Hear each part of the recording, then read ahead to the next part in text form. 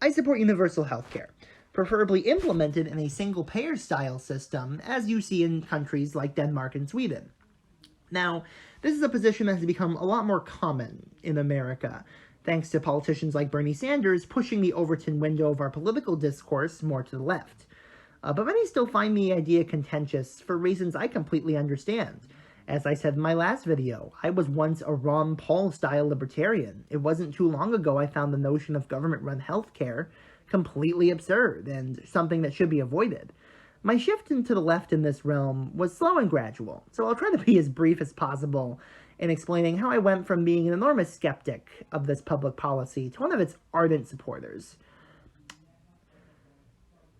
I suppose I'll start with a statement that might surprise people on both sides of this issue. I don't actually believe healthcare is a human right. That argument, which is often the cornerstone of those who advocate a single-payer system, has never done much for me. That's partially because I think that the typical conservative responses to this idea are actually pretty strong. But ultimately, I find the whole debate over whether healthcare is a human right or not to be pretty boring, because I kind of see it as just an argument over semantics.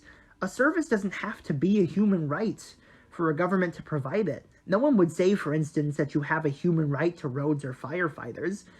But, as a society, we've decided that everyone should have equal access to those things. And I just happen to be of the mind that healthcare is among those things that everyone in our country should have universal access to. Now, here's a question. Why on earth do I believe that, if I don't believe it's a human right? The answer to that lies in the characteristic that I believe makes healthcare fundamentally different from other products and services, and that's its other necessity. You see, if you go to a store and you can't afford a couch or a gadget that you want, that sucks. It's too bad, but all it means is that you won't be able to get that gadget or that couch. It's not like a matter of life and death. But if you go to a hospital and you can't afford the treatments or medication that you need, you are liable to die or become incapacitated in some way. It is a matter of life and death. And because of that fact, I feel strongly that good healthcare is not something that you should have to earn. It's not a matter of personal responsibility. And in fact, the way that American society has largely tied health insurance to employment is, in my view, one of the great mistakes of the 20th century.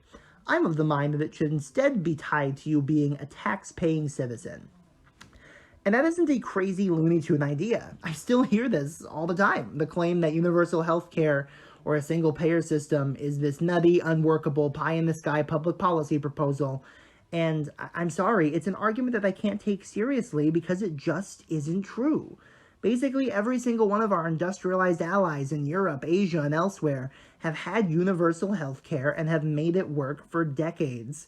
The National Health Service in the United Kingdom, for instance, has been around since 1948. Failed experiment Band-Aid solutions don't tend to go on for longer than a couple of my grandparents have been alive. Now, to be clear, all of our allies doing a thing doesn't make that thing good, but it does mean that it's workable. It does mean that it's not crazy. Not every country with a strong social safety net becomes Venezuela. Most of them look a lot more like Australia, Israel, or Japan. Nations with developed economies, free societies, and strong middle classes that enjoy high standards of living. Now, okay, with all that out of the way, and that's all stuff that has to deal more with your guiding philosophy for how you feel a society should be or a government should be run, I want to talk about two remaining elephants in the room. The cost and the quality of a universal single-payer healthcare system. Now, both of these areas can get exceedingly complicated, and for the purposes of not getting too dense or wonky, I'm going to summarize these next couple points even harder than I've summarized the last few, and I'll leave some links in the description that go into more detail as to why I believe what I believe. Now, when it comes to the cost, it must be stated that a single-payer healthcare system will, of course, be extremely expensive. That's just a fact, that's just a given, that's just reality. But studies have shown that it's actually likely to save us money, largely because it cuts down on administrative and drug costs. Our country, once we, God willing, transition to a single-payer healthcare system, will be paying less on the whole for healthcare than we are right now. And speaking of what we're paying on the whole right now, it should also be pointed out that the U.S. spends much more per capita on healthcare than any other developed country. the average rate's around $5,000, and the second highest average is like Switzerland at $7,000. But we at the top, good old America, we spend about $11,000 per capita on our healthcare. And now that wouldn't be as troubling of a statistic if we were getting significantly better healthcare than the rest of the world, but we don't get significantly better healthcare. We often get very average or below average health outcomes. Sure, we're better in some ways, like in our long-term breast cancer survival rates or our flu vaccination rates. But we're very average in a lot of other ways, and worse in a lot of other ways too. We have some of the highest rates of maternal mortality, one of the lowest life expectancies, highest rates of disease burdens, highest rates of preventable hospitalizations for things like diabetes and hypertension, some of the lowest cervical cancer survival rates. We spend a lot more money to get very average or below average health outcomes for the most part. It's been suggested that I can only pick two of universality, quality, and affordability when supporting a healthcare system, and that I have to pick one in order to sacrifice it for the other two. But as far as I can tell, that just isn't supported by the data, and that's because quality can be a very tricky thing to define. I don't want to overexert my argument and say that America is just this horrible hellscape and our healthcare system is just trash garbage. It's not trash garbage, but it's not any more good than all of our other allies, all of the other industrialized economies of the world.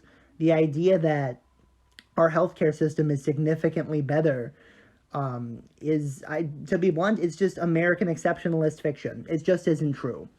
Now, I can already hear comments being typed, people saying, well, what about this? And I totally understand that. I'm ready. I'm excited for that. I look forward to discussing these things in person, in the comments.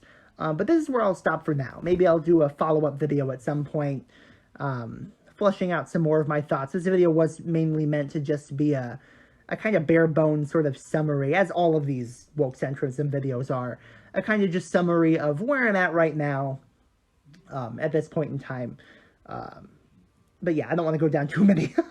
This video is already going to be a bit longer than all the other ones, and I don't want to go down too many rabbit trails. So, yeah, be sure to check out the links in the description, and have a good day, and God bless.